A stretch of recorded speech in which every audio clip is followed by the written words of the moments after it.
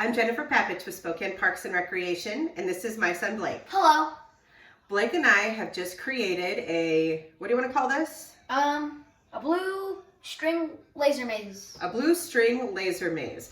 We used streamers and blue painter's tape. You can also use yarn if you want to. And basically Blake is going to show you how to navigate this maze. This is a perfect activity for you guys to do at home when we're practicing social distancing and the weather isn't so great outside. So Blake, show us how it's done. Okay, so I'm gonna try to shimmy it right here. Oh, careful. Okay, Gotta use some thinking here. I'm gonna go down. Probably hitting all of them. Oh! It almost came out. Kind of cheating. Keep going. Well, I'm trying to put it back